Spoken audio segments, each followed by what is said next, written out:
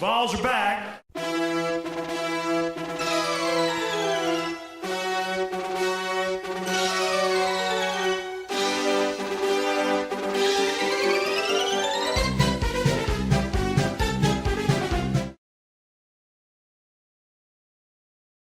I am here to make a public apology. I did not mean to play the clown version for those of you watching the live stream. Let's redo that, why don't we?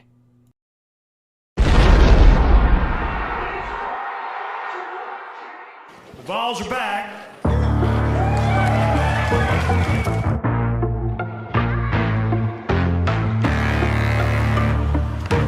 Yeah. Money make the world go round. I'm trying to get it all right now. Everybody worry about the crown big. Look, homie, I'm the man right now. Talking to a peon, kind of time we on. Don't roll like the kind of take eons. Got a little buzz, it's time to go beyond. Can't look back, no time to hit rewind. Yeah, she wants to do S class. I'm like, boo, you must ask. They pour way too much in your glass. Just move your hips like a whole up class. Hit the gab, I talk that gas. Strut like up and I walk that shit. When I'm up, that's it. I'ma start living reckless. Get that bag, I'ma walk like this. Yeah, I'ma walk like this. Hit that lane, I'ma walk like this. Walk in the spot, but they all get lit. Tell them on flow, let me talk my shit. Every song bang when they drop in hit. Said on the man, post stop, no miss. Over your head, next time, don't slip. Play your part, better read that script. Yeah, I'ma walk like this.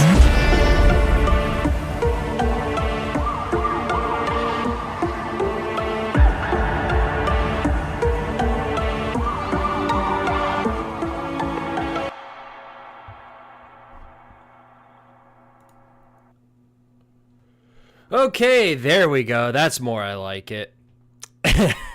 Oopsies. I guess that was muscle memory on my end. Sorry about that, everybody.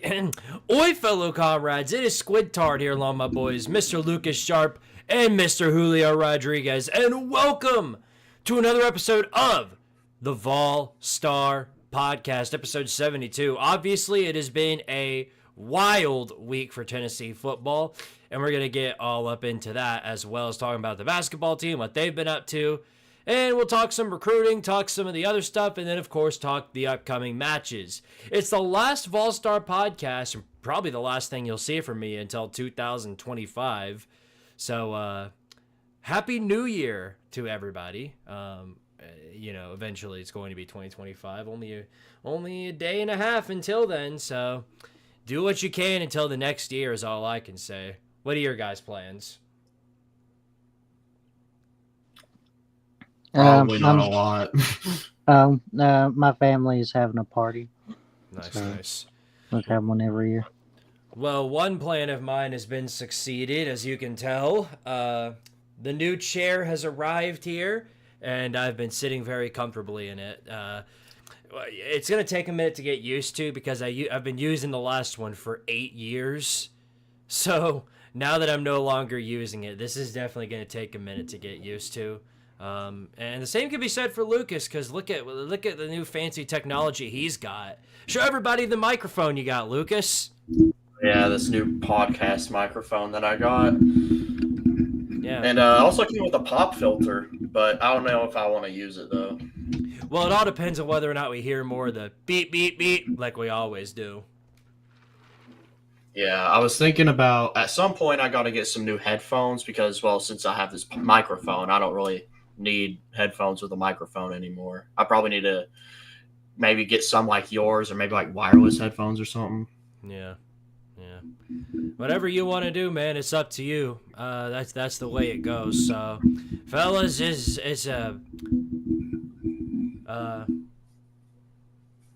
done moving your mic? Well, you could hear that? Yeah. You can literally hear me like moving the mic. It sounds like somebody playing the bongos. Yeah. I was wondering what it was. I was wondering what happened. I was like, are we at a Donkey Kong concert? What is this? Yeah. Yes. You want to play else Donkey Konga? You know what else it reminded me of? You know, like those empty, like big water, like thing, water jugs. Mm-hmm. Like if you were like hit one or whatever, it sounds like he's tapping on one of those. Yeah, bring that to Neyland Stadium next time, and then maybe the noise will be loud enough. Okay, anyway. Been a really, really a chaotic week for us Tennessee football fans. Of course, per the norm, the basketball team has been doing what they've been doing. Both the Lady Vols and the men's Vols, to this date, are still undefeated, and we're going to be driving into the next year with both teams undefeated. Ain't that a something? Mm-hmm. Ain't that a something? Well, the men's Vols have at least solidified themselves right now as number 1 in the nation, and for right now, it's going to stand that way. For the ladies, their streak will continue, hopefully, and then maybe sooner down the line they'll get to number 1. We'll see in due time for sure, though. It's going to be definitely harder to get to number 1 for the ladies because right now UCLA looks like the best team in women's. Mm-hmm. Yeah, definitely way tougher for them. Well, one good thing about the women's, we're actually starting to recruit better in the women's. I think we got the second ranked recruiting class. I don't know who's got first, but yeah, I know we get the second. So yeah, we're definitely recruiting a lot better in the women's. What number 2 in the recruiting in the women's?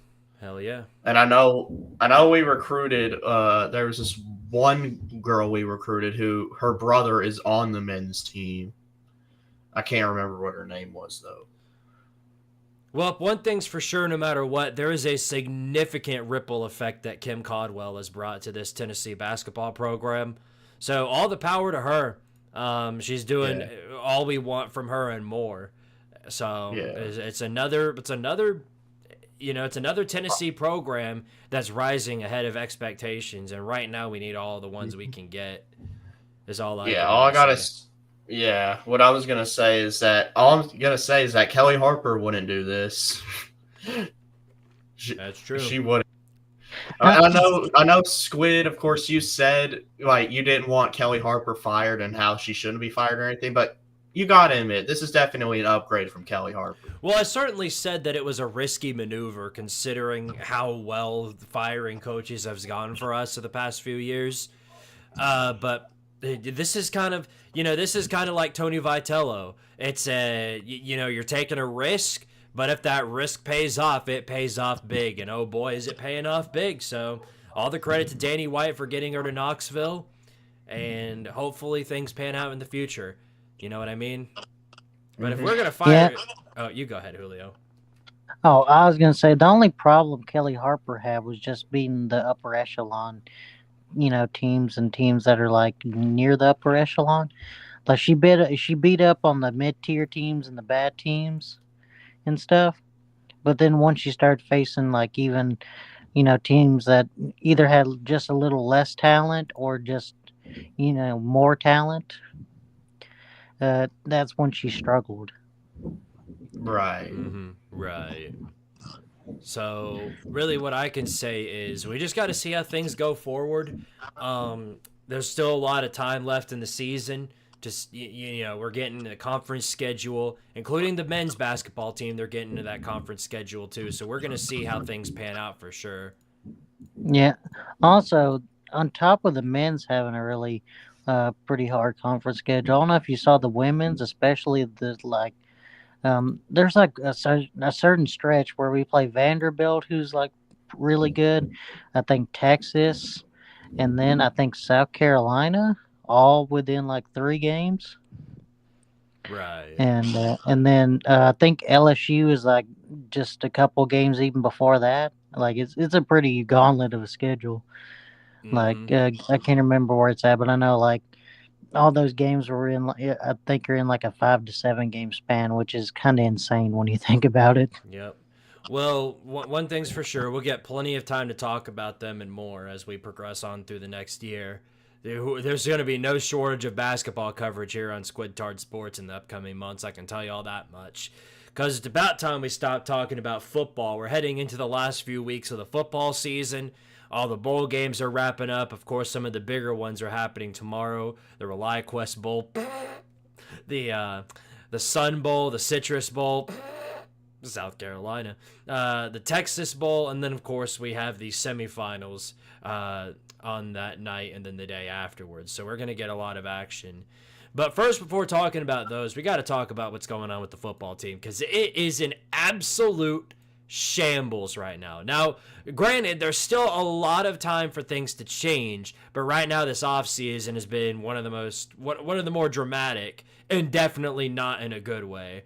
Of course, we've had quite a few players hit the transfer portal in the past few weeks, and we had a big one, of course, hit the portal most recently. That our 5-star wide receiver, very underutilized on this team, Mike Matthews, has done hit the portal. Now, there's talks about him potentially coming back to Tennessee, and that they're just talking about him hitting the portal rather than him actually hitting the portal. You know, the paperwork hasn't been signed yet, so there's still a possibility that he could come back within the next, next 2 days. But to me, I say if he does, which to me is not very likely, but if he does, he better be the best player on the team. Because you better not threaten hitting the transfer portal like that and signing all this crap, and then pull all this crap off in the offseason and then come into the next year and play like garbage. That's not gonna work.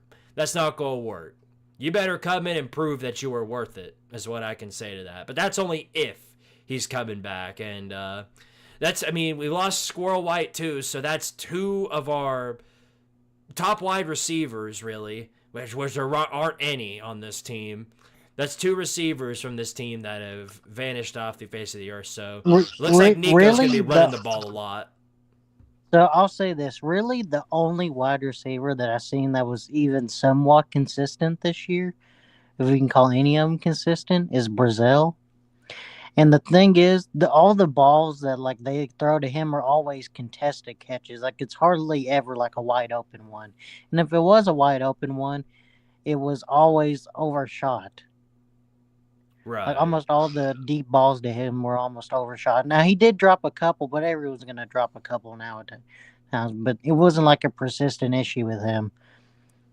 And he's just got to work on making more contested catches and stuff. Right. Essentially, especially since he's the bigger one. I mean, I don't know if y'all saw this, but we're going after Zachariah Branch. I don't know if we'll get him because we're trying to get him. But here's the other thing, and I've told people this before, and this is just about the portal in general. It doesn't just apply to wide receivers. It kind of made me mad when we missed on the Northwestern offensive lineman. And the reason why is because I know we have David Sanders coming in, and I know we have Bennett Warren, and I know we have a little bit of depth there. And someone's like, well, you don't want to overpay for him or whatever. I'm like, here's the thing. Nowadays in college football, you're probably going to have to overpay for some depth pieces on football teams nowadays. It's just kind of how it is. We already are overpaying. We're overpaying by 10% because that's how much that stupid-ass talent fee is. And so far, it's going towards absolutely freaking nothing. We're being taxed 10% of our money to tickets so we can watch all of our recruiting our entire recruiting staff get cucked. What are we doing? I don't know. Like, this is ridiculous. We're getting out-recruited by all of our rivals. I need you to explain this to me, all right? Florida is, let's be real. Florida, forget their record. Florida is not good. Not good at all. They haven't been good over the last few years, yes. No, not at all. Can somebody explain to me why they're still out-recruiting Tennessee? Why are they still out recruiting Tennessee? I don't know. It's ridiculous. No, see, here's one thing. Now, it is a little bit easier to recruit there, just proximity to home and stuff like that. So that's one advantage. But here's the thing. You should be able to overpower that, by beating, since you've somewhat beat them over the past couple of years, at least at home. But also on top of that, you have played better the past 4 years. Like while Florida has only won one ball game in the past 4 years and had one winning season in the past 4 years, while Tennessee's, what I think we went, 7-6, 11-2, 8-4, and then what was it this year? 11-2 also, or 11-3? 10-3. Or 10. Oh, sorry, 10-3. But anyway, my point is, that our record is a lot better than theirs over the past 4 years, and yet they're still out recruiting us. And some people are like, oh well, they're overpaying for all these wide receivers and all this stuff, or they're doing this or whatever. But here's the thing: you're gonna have to overpay for people. Like, I'm sorry that I know they want to be conservative or whatever, but you're gonna have to overpay for some people. I'm not saying you got to go all willy nilly like Ole Miss or whatever, and give anyone with a freaking pulse a couple $1,000,000 or whatever. But Well, this is the most agitating part. We're the this will change. I feel like there's going to eventually be more teams that implement this whole 10% talent fee thing, but right now we're the only ones doing it, and we are in our 2024 class. We finished not first, not second, not third, fourth, fifth, sixth, seventh. We finished 8th in the SEC. 8th in the SEC with this talent fee. And now we're walking into 2025 with not the first, not the second, not the third, not the fourth or fifth or sixth or seventh. Guess what? We're sitting right there at number 8 in the SEC again. We're getting out-recruited by Alabama, Georgia, Texas, Auburn, LSU, Texas A&M, and Florida again. Can you see, that's explain the that to other me? thing. See, that's the thing. You should try to. I understand, like, of course, some of it has to do with proximity to home, like I said before. But I think Tennessee should be able to at least out-recruit Auburn and Florida. Now, Oklahoma might be. You can make an argument for either one on that, because I know Oklahoma's got some oil money or whatever, but, it's not as much as Texas, but you get my point. I feel like you could argue either way on that. But I think, especially since this year we beat them, you should probably, out-recruit them. Then all the other ones, you're going to have to just beat them more consistently. Like, we have to just beat Alabama more consistently.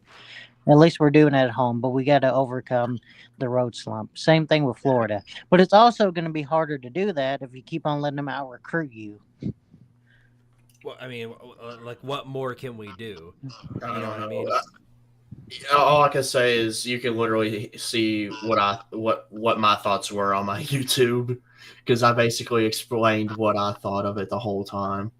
Well, this is, I mean, and that's the recruiting rankings. You want to take a guess at where Tennessee is right now in the transfer portal rankings? Let me guess, 126. A little higher than that, thankfully. We're here.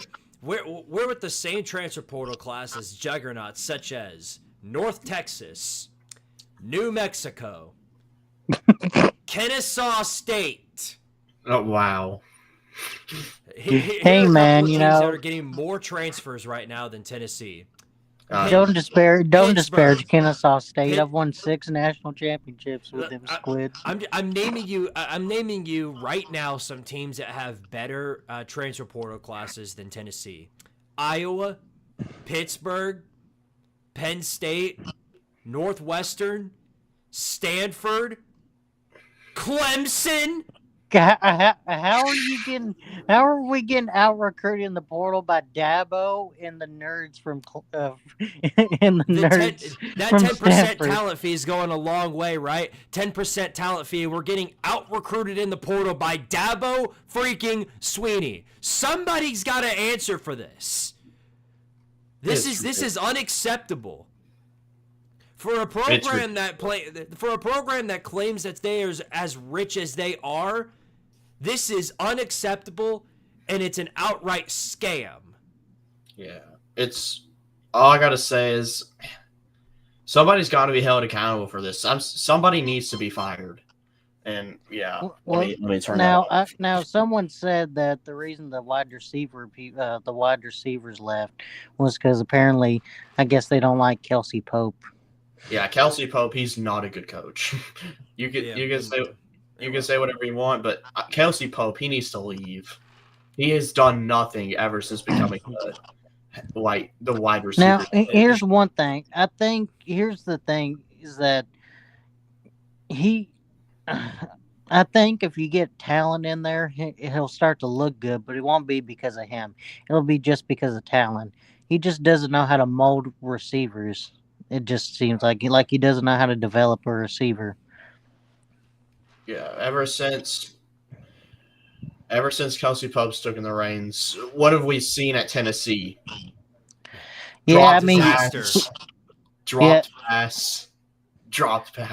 And here's yeah, the worst part and about it. I know some people are like, but he coached a Bolitnikoff winner in 2022. That was not Kelsey Pope. Yeah, I was about to say that's all Jalen Hyatt, buddy. He's the one that read the coverages the entire season and ran right past the one high safety looks.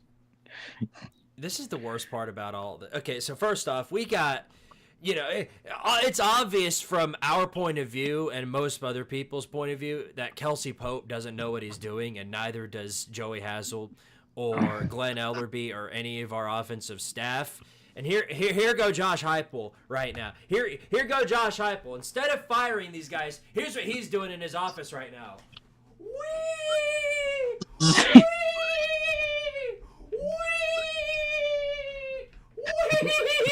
Why can't I do that all day? Why can't I do that? Where's my millions of dollars to spin around in a circle all day? Where's mine at? Why can't I do that? And the worst part about all this isn't even that. It's that people, and for those of you on Twitter, Lord bless your soul if you're a part of that Vol Twitter hellscape. But for those of you that are on there who know a man by the name of Vols Dix or Vols Picks, he's one of these people who, no matter what, everything that Josh Heupel has ever done has been a cause of Jeremy Pruitt, and he's never actually done anything. People like him are now feeling a whole lot more vindicated watching this entire shit show, because from their point of view, all of the success under Heupel has been because of Jeremy Pruitt's players. Which is crazy to think about, because there weren't that many of them when Heupel got there. It's unreal. And, you can say, Heupel took this Tennessee team to 10-2 by doing dick all on offense. The defense took us to 10-2. We spent every single game this year going, well, how the hell did Tennessee win that? Oh, they just did. That's exactly my point. We spent every single game doing that. So, there's no more excuse for this. Changes need to be made, and now, and the fact that we're 2 weeks into that absolute massacre in Columbus and nothing has happened since, it definitely gives me a lot of concern for what's going to happen in 2025. Also, here's the other thing. I know some people pointed out, well, Zachariah Branch or whatever doesn't have like a that much better stats than, Squirrel White or whatever. But I said, here's the other thing, though, is that Zachariah Branch is literally like the perfect receiver for the system because he knows how to read coverages from what I've seen. And also on top of that, he's very fast. Not saying Squirrel's not fast, but Squirrel does really not know how to, he's just not fit for this type of offense. Like, he's not good at reading the coverages. And I mean, even, if you just, look, because our offense relies on a lot of choice routes or option routes, whatever you want to call them. And Squirrel is like hardly ever open half the time. I don't know. I feel like he regressed. Like every year he got here, like or almost regressed. I'm like almost every year, almost. Also, we've run out of creativity on offense. Our offense has become extremely predictable. A lot of people talk about how the wide receivers can't get any separation, which is true, but it's because we're running the same two plays. That's all we're doing. Yeah. All of the crazy plays that Golish ran under Tennessee, wide receiver routes isn't just, you run a streak and you run this, and then that's it. It's not just that. It's a complex set of routes that these players have to learn. And we've spent the last 2 years with quarterbacks that Heupel and the staff believes can't track those routes, so the best thing they can do is have, which if Branch somehow transfers to Tennessee, it's going to be him lining up 5 yards behind the line of scrimmage so that we can throw a halfback or a wide receiver screen to him, watch him lose 6 of it. It's going to be great. My thing, this is also another thing that worries me, is that, especially with Jerry Mack leaving, is that how good is our running replacement going to be for the running back coach since Jerry Mack left for Kennesaw State? We've already Is seen Heupel- how. Yeah, is Heupel just going to go ahead and hire within again? Well, it's not even that. We've seen how it pans out. Look at what happened to this rushing offense the moment Dylan Sampson stopped playing. When Peyton Lewis or Deshaun Bishop were there behind behind Nico, the offense was a complete shell of itself. Even as bad as it was somehow much, much, much worse. You thought it couldn't get a yard when Dylan Sampson was actually in the game? Check it out when it isn't. Check it out when he isn't. Now, it now I doesn't even will get a say single yard. Peyton Lewis. I mean, he only had 10 carries in the Ohio State game, and he had 77 yards. I mean, it's not bad. No, I mean, But, there's you know, room for improvement, but it's not going to Yeah. be with the productivity that Sampson brought us. Yeah, well, of course, I don't expect everyone to rush for 22 touchdowns or something. Mm-mm. You know. But yeah. But there's still going to So, be idiots all over Twitter going, oh, Peyton Lewis, Heisman winner, Peyton Lewis for Heisman. He go get 25 rushing touchdowns, and yeah, right. You said that about every other person on the planet, and look what happened.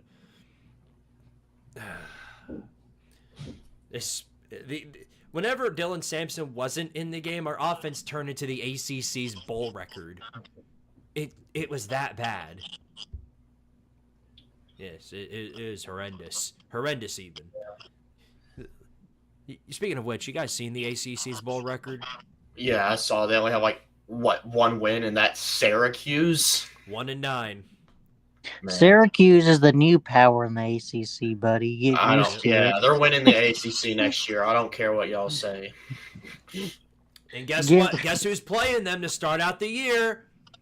Yay! Bruh, They if we lose- freaking do. If we go out and lose to freaking Syracuse to start the year, oh my god. Yeah, right. But you know what happened last time? You know what happened last time we played Syracuse in the opening game? Oh, let me guess, 1998, where we won the national championship. Well, you didn't know. Wait, you didn't know that? Squid? Oh no, it's not like you told me that fact for like 10 times already. Yeah, no, I just always want to do that. I try to keep positive. Positivity over Yeah, here. they've been comparing like the last 7 seasons to 1998. Every season now is 1998. Well, I mean, it's been like, well, I don't know where you've been, but it's been like that since I've been a child. So, I mean, It always feels like 98 Squidtard. What are you talking about? Of course, it's always 1998 over here. What have we become? What have we become? Yeah, Yes. can't wait to go into fall and talk myself in how Tennessee's winning a national championship. And we're probably going to do it again. I'm not going to fall into that pothole unless something changes. I'm telling you right now, I will ride this horse that Tennessee is only winning 8 games next year if things stay as they are. And I'm not going to change that thought unless something changes. oh, dramatically. yeah, especially with all the away games we got. Mm-hmm. Yeah. We got at Alabama, at Florida. Who else we got? We got Georgia at home. That's probably a loss telling because you, they're the only we team will that can seem to lose. beat us. We will lose to Mississippi State. It wouldn't surprise me if we did. We could beat Florida or Alabama, then get dicked on by a Mississippi State. It's almost like we're predicting it at this point. Yeah, watch us be like 8-2 going into the Mississippi State game and then lose, and then it cost us a chance at the playoff. I'd believe it. It wouldn't shock me. It And happens more honestly- often than not.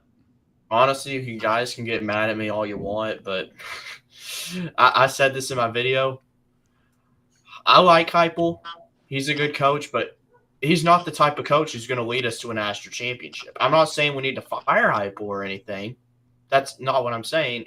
I like Heupel. He's a good coach, but he's not a great coach.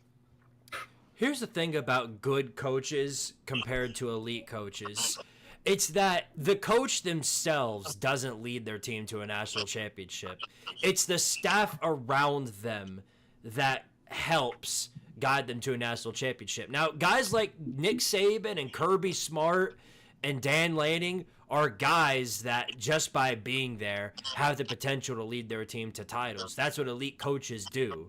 Good coaches are going to need a couple of guys on their staff that can produce the type of talent necessary to get them to the national championship. And the matter of the fact is, we've got a good head coach, a great head coach, with a bunch of mid to not very good coaches around him.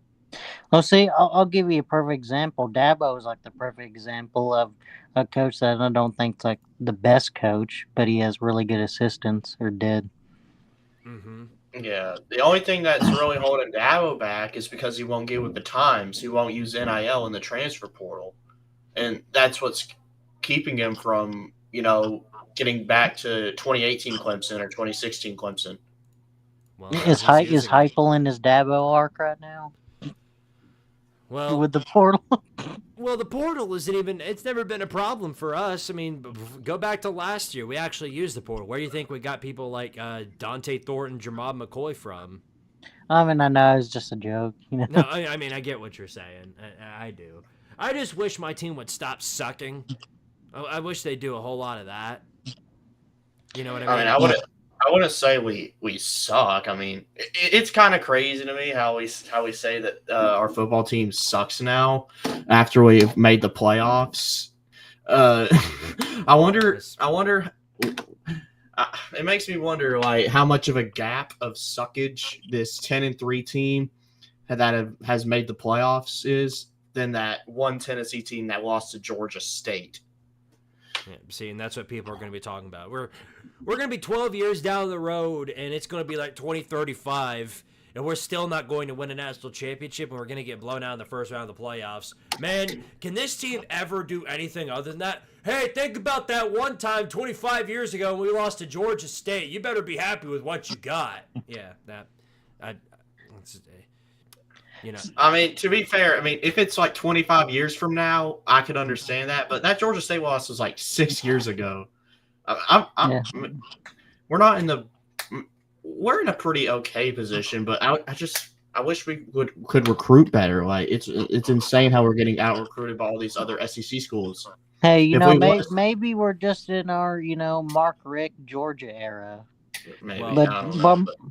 But Mark Richt Georgia, at least he always recruited in like the top 3 of the SEC. Well, the reason why I'm so pressed about it is because we, as in the fans and the students, are paying more for this team than any other team in the country, including the SEC, I remind you. And Georgia and Alabama are by far using their NIL money and whatever else they've got way better than we are. There's no excuse for that. Are half of our boosters just pocketing all the money we give them? There's got to be a reason for what's going on, and it just feels to me like it's a massive scam. With all the resources, with all the money that you're taxing with the fans, the 10% talent fee. I will mention that 10% talent fee every show from now until we win a national championship with that fee. I'm telling you right now, I will mention it and I will dog you for it. Because that's what you get. That's what you get for that. You know what I mean? So, 10% talent fee. 10% talent fee. Like, if you spend a 10% talent fee on any type of recruiting, how do you lose to Arkansas? How do you explain that? You know what I mean? But I think we've gone long enough, fellas. I think it's time we move on. We got to talk about these bowl games and crap. Yeah, I guess we're so. kind of beating a dead horse Right. repeatedly. Well, before we continue onwards with our Volstar podcast, let me remind all of you watching, whether or not you're watching live or you're watching this after the recording, that I appreciate all of you for doing so. Make sure to leave a like and sub up to Squidtard Sports if you haven't already. We'll be doing this show every single Monday at 8 o'clock p.m. Eastern Standard Time, only with the exception of next Monday because, not next Monday, but the Monday after that or the Monday after that. But I think the 20th. Or the 21st, the day that the national championship is, because turns out it's on a Monday at 8 o'clock. Wowzers! But, yeah. Anyway, let's go ahead and talk about some of these bowl games, guys. You ready to discuss some of this hoo-ha? I guess so. Okay, then. Well, let's go ahead and roll into it. Oh, boy, we got a real doozy to start out with. This This is the tomfoolery above all else right here. Take a look at this. Take a look at that. Ugh. Look at that is. Look at that is, huh? Dang, they mad. They're huge mad. But anyway, yeah, the ReliaQuest Bowl, Alabama versus Michigan. Alabama's coming in as a 14.5-point favorite here. So they're above a 2-touchdown favorite. You know, as funny as it is to troll Alabama, I think they're going to try and make a statement in this game. I think they're going to be, you know, telling everybody, oh, you should have let us in over SMU or whatever. And I think they're going to whoop Michigan. So I understand the 14-point spread. Give me Bama to cover. Yeah, I'm going to take Alabama as well. And, yeah, they're definitely going to try to make a statement about how they belonged in the playoffs if and when they blow out Michigan. But Navy basically already proved a point that they didn't belong in the playoffs when they beat Oklahoma. That right? Yeah, you know what? Just to be different, I'm taking Michigan. Why? That'd be What? hilarious. That'd be hilarious, but I don't think it's going to happen. Yeah, I mean, Michigan's got a good defense, so maybe they can just run on Alabama. And maybe Milroe has one of his bad games. That's the logic I'm going with. Bad Milroe shows up. Yeah, that'd be funny. First off, before we get to the next one, let me go ahead and address the comments real quick. Andrew Anderson, Matt, Dummit, don't call me Dummit, damn it. Even Odd, Young Man Connor, and Gabe. Shout out to all of you guys in the comments right now. All right, next up, we got Louisville and Washington. And what really interests me about this one is that, well, of course, Washington is 6-6, Louisville's 8-4. Louisville's a 1-point favorite. But what's interesting specifically about Louisville is, of course, they are not starting Tyler Shuck in this game. They're actually starting former Tennessee quarterback Harrison Bailey. Yes, he did transfer to Louisville over the offseason, and he will be playing in this game as a starting quarterback against Washington. So based on that and that alone, I'm going to side with my boy Harrison Bailey. Give me Louisville over Washington. I guess, you know, to be different, give me Washington. I'm rolling with the Tennessee legend Harrison Bailey. Yes, sir. Yeah. That's how it goes. Remember when, it still feels like yesterday when we all thought Harrison Bailey was going to lead us to the promised land. Hey, I was pissed. I was extremely pissed off when, you know, he left. You know, he transferred. And Joe Milton, because I was like, why in the world would you not start him after everything? And I was pissed. I ended up on a ice cold voltage or whatever because of that tweet that I sent out about him. Yeah, what times we were in, huh? That was something. Yeah. Right? All right, next up we got the Citrus Bowl, the Cheez-It Citrus Bowl with South Carolina and Illinois. South Carolina a 9-point favorite over the Fighting Burt Bielema's. And, you know, knowing what I know, I don't know if Luke Altmaier is starting in this game for this is kind of going to weigh my decision a bit. Nonetheless, I like South Carolina in this matchup because I think Lenore Sellers is going to ball out all over this Illinois defense. Now, I do think they'll put up a fight because Illinois' defense is pretty good compared to a lot of teams in the Big Ten. But, of course, with Luke Altmaier, Luke Altmaier's playing in this game. So it's going to be tough. I think South Carolina's going to be fighting throughout most of this game. But I think I'll take the Gamecocks here to win against Illinois. Yeah, same. Give me South Carolina. Like Alabama, I think they're going to try to make a statement and prove that they should have been in the playoffs. Yeah, South Carolina. All right. Well, that's the Cox on the board, all across the board, I mean. All right, next up, we got Baylor and LSU in the Kinder's Texas Bowl. Obviously, it's been a disappointing year for LSU. You know, they had expectations for a playoff bid, and then they fell apart late in the season, finished out 8-4. In fact, so much so that Baylor is coming in as a 3.5-point favorite over LSU. That's pretty surprising, I've got to say. And from the looks of it, it looks like Garrett Nussmeier is going to be playing in this game. So even if he wasn't, you know, LSU tends to come out and really be a strong team towards the postseason. So I'm going to stick with LSU here and say that they beat Baylor, get the upset, and finish out the season 9-4. I'm just honestly surprised Dave Aranda was able to save his job this year. Oh yeah. But I don't know. I think it's gonna be a close game. I guess I'll take LSU. I'm taking LSU also. Gotcha. Alrighty then. Well, moving on here. Now we got the playoff games we got to talk about. The playoff quarterfinals. 8 teams remain, and only 4 will remain after these 2 days from now. Only 4 are going to remain. So we'll talk about the one tomorrow first. Penn State and Boise State in the Fiesta Bowl. Boise State, a heavy underdog in this matchup, 11-point underdog specifically. We all remember the last time Boise State went to the Fiesta Bowl. It is a matchup that will be remembered for generations to come. And they have a chance to be, once again, another generational Boise State team in the Fiesta Bowl, as Penn State will be coming into this game. Obviously, they came off a big win against SMU. They look strong towards the late part of their season. This is going to be an interesting one for sure. Can Boise State hang with the big boys? And I like their chances here. I think they're going to put up a really good fight. I think Ashton Jeanty is going to have quite a few yards on Penn State's on their defense. But I think Juilo has really shined in these last few games. I'm going to take the Nittany Lions in a close one. Give me Penn State over Boise. You want to go first, Julio? No, I'll let you go first. Oh, okay. You know what? Give me Boise State. Fiesta Bowl Boise is built different. All right. Yeah, I'm taking Boise too, just because of the Fiesta Bowl. Doesn't take a lot to convince y'all, huh? All right, then. Next up. Telling you, Fiesta Now, Bowl plus Boise it would be the is most built James different. Franklin thing ever to lose to Boise State. I see what you mean there. I can't argue with that.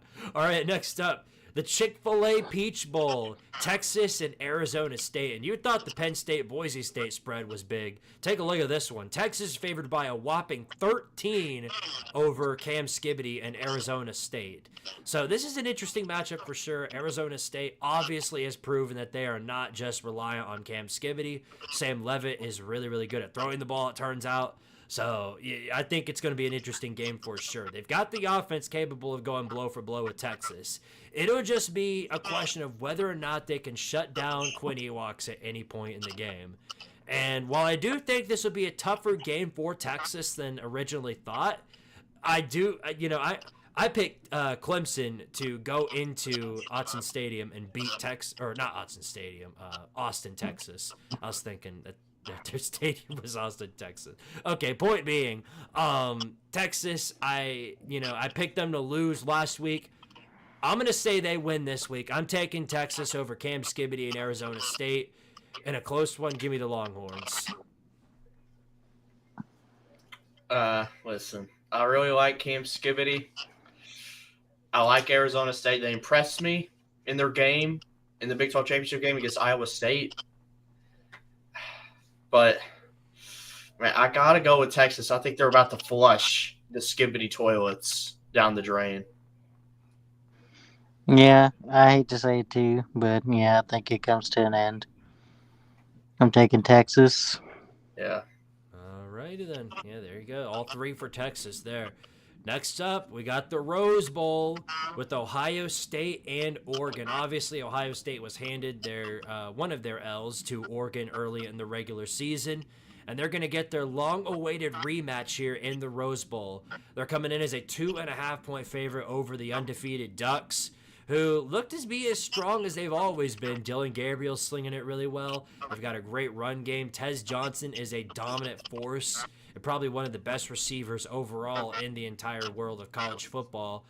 But Ohio State obviously showed that, they learned a thing or two from that Michigan loss. And, I mean, after the spanking they gave my Tennessee Vols, it's hard for me to side with the Ducks on this one. I like the fact, obviously they're undefeated. They've had a really, really good season, but I think all their luck runs out here. I think Ohio State wins in Pasadena in a matchup where they get their revenge over the Ducks. You can't beat a good team twice. That's the rule I'm sticking with here. Give me the Bucknuts over the Duckies. You want to go first on this one, Julio? Yeah. Yeah, I'm going to take Oregon just for petty reasons. Because I could see either team winning it, but I'm just taking Oregon for petty reasons. All right. Both these two, of course, are really good teams, both really good offenses, both pretty good defenses. It's going to be a tough game. Of course, it's hard to beat the same team twice, like Squidtard said. And with the way Ohio State played against Tennessee, I mean, I know Tennessee played like crap, but I got to give credit to Ohio State. They looked really good against us. They did. And if Ohio State keeps playing like that, I wouldn't be shocked if they win the whole thing. I really wouldn't. They definitely looked like the best team in college football that night against Tennessee.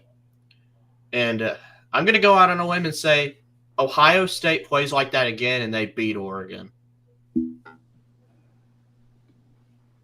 All right. Julio, did you already give your pick? Yeah, I said I was picking Oregon just because I hate Ohio State. All right. Well said. Can't argue with that. Yeah, and plus I got to pick Ohio State because I picked them in the preseason to win the national championship. Alrighty then. Well, on to our last semifinal game here at 8:45. Good grief, 8:45? People have a bedtime. Good grief. Okay, anyway, Notre Dame and Georgia.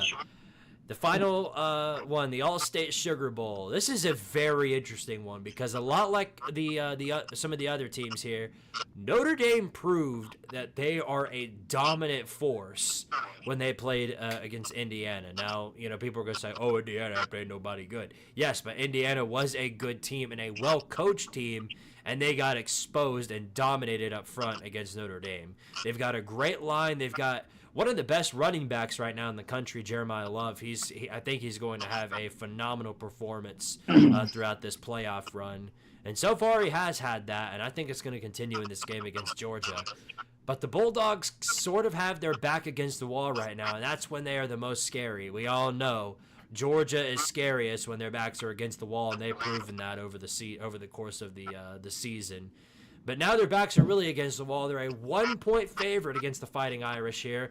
And without Carson Beck, how well are they going to do? That's the big question here. Gunnar Stockton is going to have to be the one to lead Georgia to the promised land. And you guys know I hate these people more than anything. And obviously I want them to lose every game till kingdom come. But Georgia is, like I said, most scariest when they're pushed into a corner. And their defense is one of the strongest in the country. And I gotta be honest, the way Gunnar Stockton looked in that first game, to me, he looked like the better quarterback than Carson Beck. So I don't think Georgia is going to struggle too much. So with all that being said, I am picking Georgia 2. The button's not working. Dadgummit. I was gonna play the get out sound effect, and it had to. They had to ruin me. Oh, there we go. That was really delayed. Screw y'all, I'm picking Notre Dame. Wow. Give me the Fighting Irish. Wow. I guess I'll go before Julio on this one. I was actually shocked by ESPN. ESPN, FPI is actually predicting Notre Dame to win this game, which I am shocked by that. Don't get me wrong, Notre Dame's a really good team this year. I like Marcus Freeman. I know a lot of people make fun of Marcus Freeman for losing Northern Illinois and then of course losing Marshall. But besides that, I really like Marcus Freeman. I think he's a good to great coach. At least I think he is. And Notre Dame, ever since that Northern Illinois loss, they've been looking really good. Riley Leonard's been playing well. Jeremiah Love, in my opinion, is one of the most underrated running backs in all of college football. This team's been playing a lot better ever since that Northern Illinois loss, and this is definitely going to be a good game. I will not be shocked if either team wins, but knowing Georgia, they're just gonna find a way, man. I'm gonna have to pick Georgia here, but I would not be shocked to see either team win. I would not be shocked to see Notre Dame pull this one out. And if Notre Dame comes out and pulls this one out, Notre Dame could very well win the national championship. Oh, yeah. Oh, yeah. It's going to be interesting. I'll say that much. Before we move on to... Oh, you go ahead, Julio. Oh, yeah.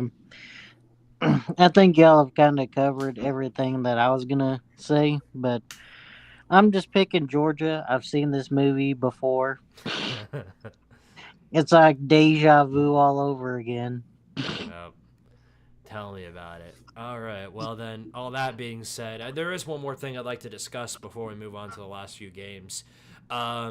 What in the world are these ticket prices? The Sugar Bowl with Notre Dame and Georgia and the Fiesta Bowl with Boise State and Penn State had tickets as low as $40. Then you go to the Rose Bowl and it's bumped up to $321. And then you go to the Peach Bowl with Texas and Arizona State and it's nearly $2,000. What's the deal with that? Good Lord. What the heck? You're telling me that the cheapest ticket there right now for Texas Arizona State is nearly $2,000? Yeah, Texas throwing bottles and wallets, I guess. So, yeah, shout out to them for that, I guess. All right, next up, the day after all the playoff games. So, New Year's Day after New Year's Day. Yeah, the day after New Year's Day. Duke versus Ole Miss. And Ole Miss is a 17-point favorite over the Blue Devils. Seems to me like a kind of a little bit of a stretch. But honestly, is it though? I think Ole Miss is going to roll in this game. We got to go by the same logic we stuck with South Carolina and Alabama. They're going to be making a statement tonight. I have no idea whether or not Jackson Dart is going to be playing in this game. That is true. I don't have any idea whether or not he's going to be playing. Yes, okay. He did declare for the draft, which means that he won't be playing in this game. But I'm confident Ole Miss is going to dominate in this game anyway because they've got a really, really good wide receiver in Trey Harris who can pretty much catch everything. And then B, because the ACC is busy shoving pebbles up their sphincter the entirety of the bowl season. The ACC they've been doing absolutely nothing. So give me Ole Miss to continue that trend with the ACC. Yeah, Ole Miss.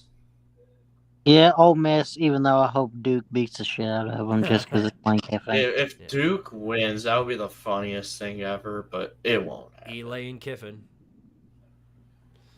All right, next up, January 3rd. We'll talk about these, and then we'll be done. We got four more to talk about. So real quick, North Texas or Texas State. I'm going to take Texas State since they're a 13.5-point favorite. Give me them to win. That's all. Give me Texas State. I mean, they're the favorites. They're favored by nearly 2 touchdowns. Yeah, I think I'll take Texas State. I don't trust Chandler Morris because it.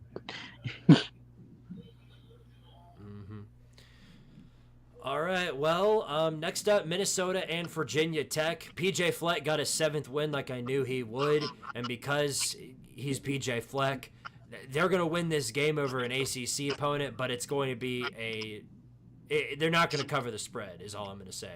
It's probably going to be a touchdown or less, so give me Minnesota over Virginia Tech in the Duke's Mayo Bowl. I guess as well, give me Minnesota.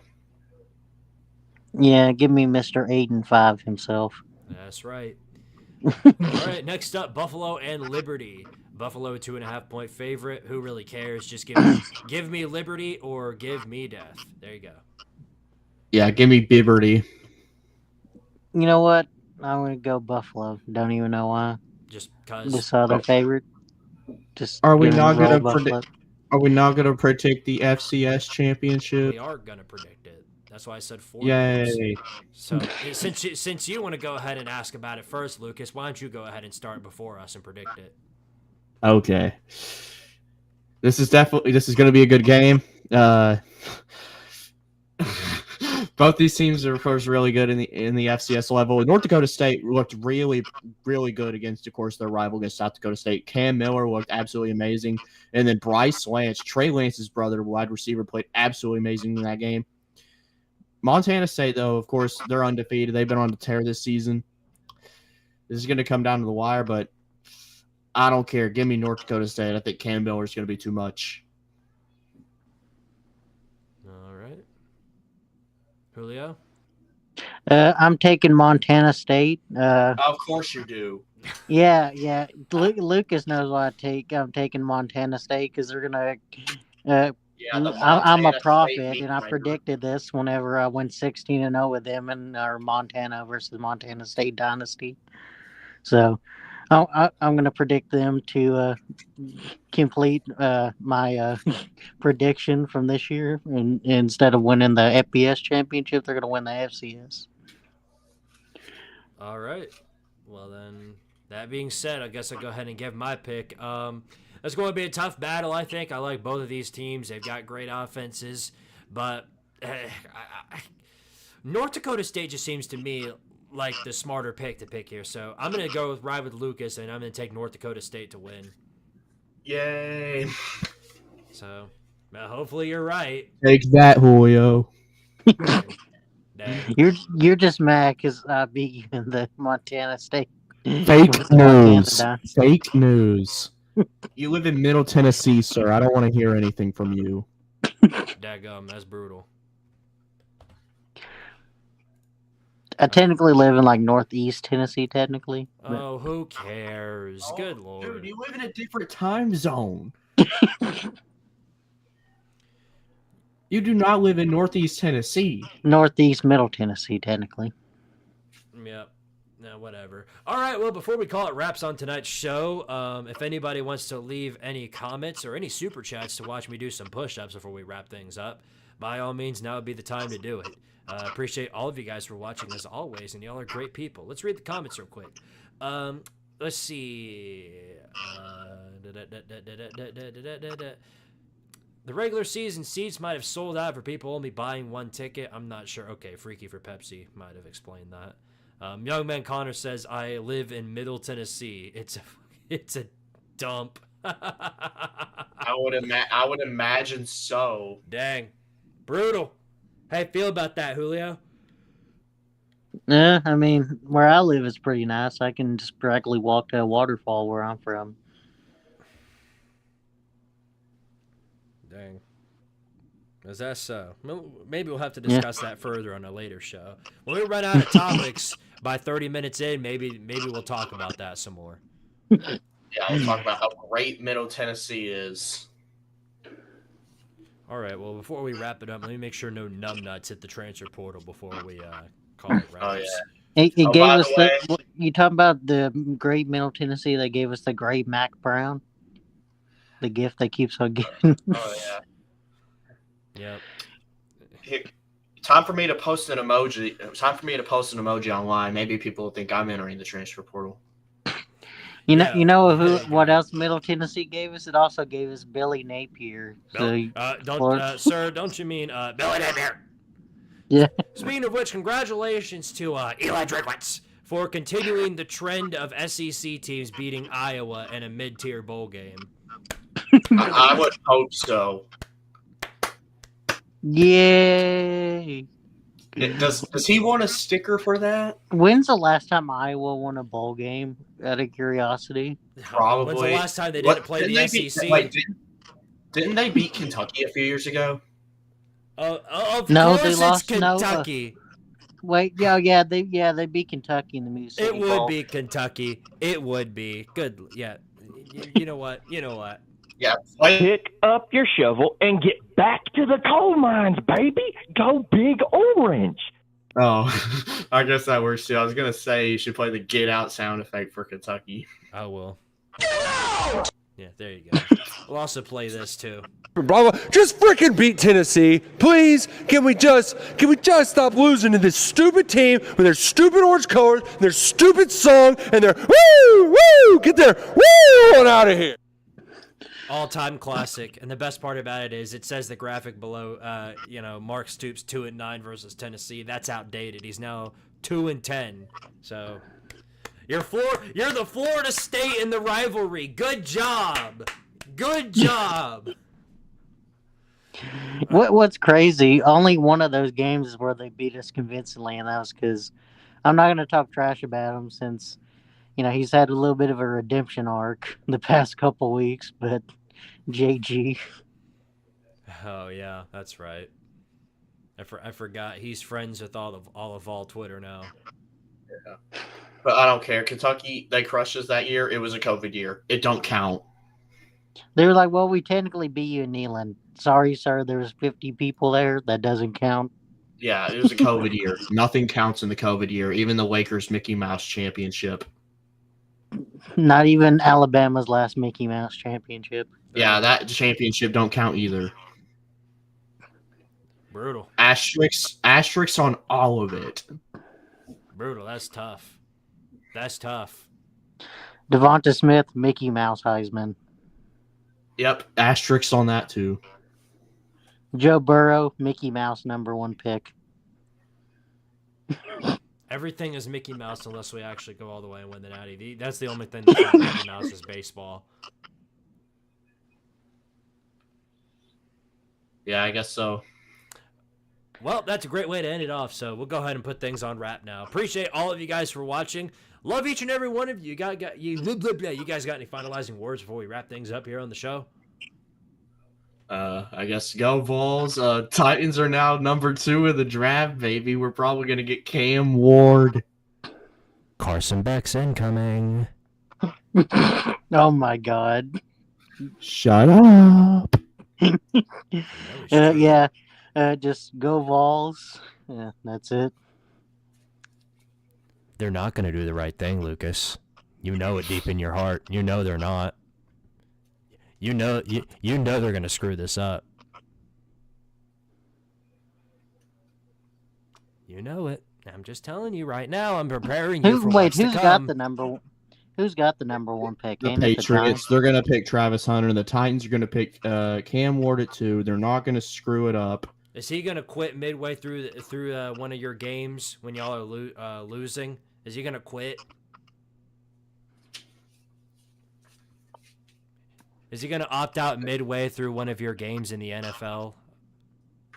That's a really important question. Shit, as a Saints fan, I wish we'd opt out early so I don't have to watch the rest of them. We don't have to watch the rest of the games they have to play. Yeah, no, tell me about it. Watching a Mike McCarthy offense. Yeah, pretty much all of our teams are All basically. right, we get it. Y'all's teams don't have a bright future. Good Lord. Yeah, it's a big fat chocolate surprise all around. We all know. It's big loads of big turd everywhere. We all know. Yeah, no, it's brutal. It's brutal for all of us. We'll get plenty of time to talk about it for sure. You know what still bothers me? That the NFL season is 17 games because it's an odd number. Oh. Yeah. I just wanted to point that out. Then I write don't a know, it makes petition me to make mad. it 18 or something. Yeah. I feel like 16 was the perfect amount of games. Well, somebody didn't. That's what matters. Before you know it, there's going to be an 82 game schedule like the NBA. Oh yeah, then I'm done watching the NFL. As if you're not already. I mean, I pay attention to it at least. NBA, I don't even flick an eye towards the NBA. Yeah, you regrettably pay attention to the NFL. I don't regrettably pay attention. Y'all gonna trade your pick for Carson Beck? No. You're gonna trade your #2 spot for Carson Beck and a bag of chips. It's not funny. You're not funny. You think you're funny, but you're not. I'm not trying to be funny. I'm telling you what's happening. That's what's coming. You've done this before. Remember a couple of years ago when you had a number? I think you actually had a pick for the first round, and then you traded it up to the second round for Will Levis. Remember that? Remember that? The Mayo man. Remember that? Fake news. Fake news. Julio, you remember that, right? Remember that? Yeah. Oh, nobody remembers that. That was like 50 years ago. Yeah, they traded for Dinosaurs Will Levis. roamed the earth. That was actually back when Squidtard was actually a good YouTuber. Remember Will Levis? Remember him, Julio? Remember when that you one time? Remember when he was actually able to get views? Remember when the Titans were able to win games? That's what I thought. I know. I understand. I understand. You all traded up for a bag of chips and you're getting ready to do it again. I feel you. It sucks. I mean, remember when he was actually able to pay your rent without me? What? Because I literally give you all your money, bro. Wait, what? Dude, I've literally bought all these memberships, bro. That everybody has. Not everybody. It's like half. I mean, thank you. This is my you know what? This is my honest reaction to that information. There you go. The live chat can see my live reaction to that information. There you go. Good for them. Good for them. Yeah, you should take a look at it too. I think you'll find it very interesting. Nah, I don't think I will. You don't think so? No. You really don't want to? Nah, I'm good. You really don't want to? I think you should. Personally, I think you should. I think that would be the best. I think I know what it is. I know what it is. It's probably going to be a picture of me from that one video I made. I don't know if it's a picture from... What one video? You gotta be more specific than that. I don't know what one video. You create so many videos nowadays of you walking around with the same old face, so it's hard for me to tell. In fact, we need a Lucas Sharp cam for the NFL draft so that when the Titans eventually screw it up, we can just get a close up on that face right there. Okay, we get it, buddy. We get it. I mean, look at that. Look at that. If that face doesn't just say "I got cucked," I don't know what does. Look, you made Julio leave. You made Julio leave. Julio bailed out on us, fellas. I think that might be the cue. I think that might be the cue to skedaddle. We'll see if he can come back and say his piece. Because now the graphics messed up. Look at this. That doesn't work. We can't be having that. So yeah, now you're forced to look at that face. Tough luck. I can't even really see it. There he is. All right, well, we're about to wrap this thing up anyway. So Julio, give your piece before we call it a night. Oh, just I was just saying, go Vols. I've missed the conversation because I got a call. I don't even know what y'all were arguing about. Well, if Squidtard would have known to keep his mouth shut, this wouldn't have happened. There's that face again. There it is again. Woo! Go, just go Vols. I guess that's it. I don't. Like I said, I missed the entire conversation. Oh, you just missed the entire conversation of me much. owning Squidtard. Woo! That's his honest reaction right there. Okay, we're going in circles now. We're kind of running. No, we're going in squares. I'm about to go all triangle on you, just like I did in that EA College Football 25 game. Remember that? Dude, you won't even play me again. Because I don't need to. You have a losing record against me. Why do I need to play you? I had a losing record against you at one point. I didn't stop playing you. What do you mean you had a losing record of me at one point? You have it now. You have it now. You're losing right now.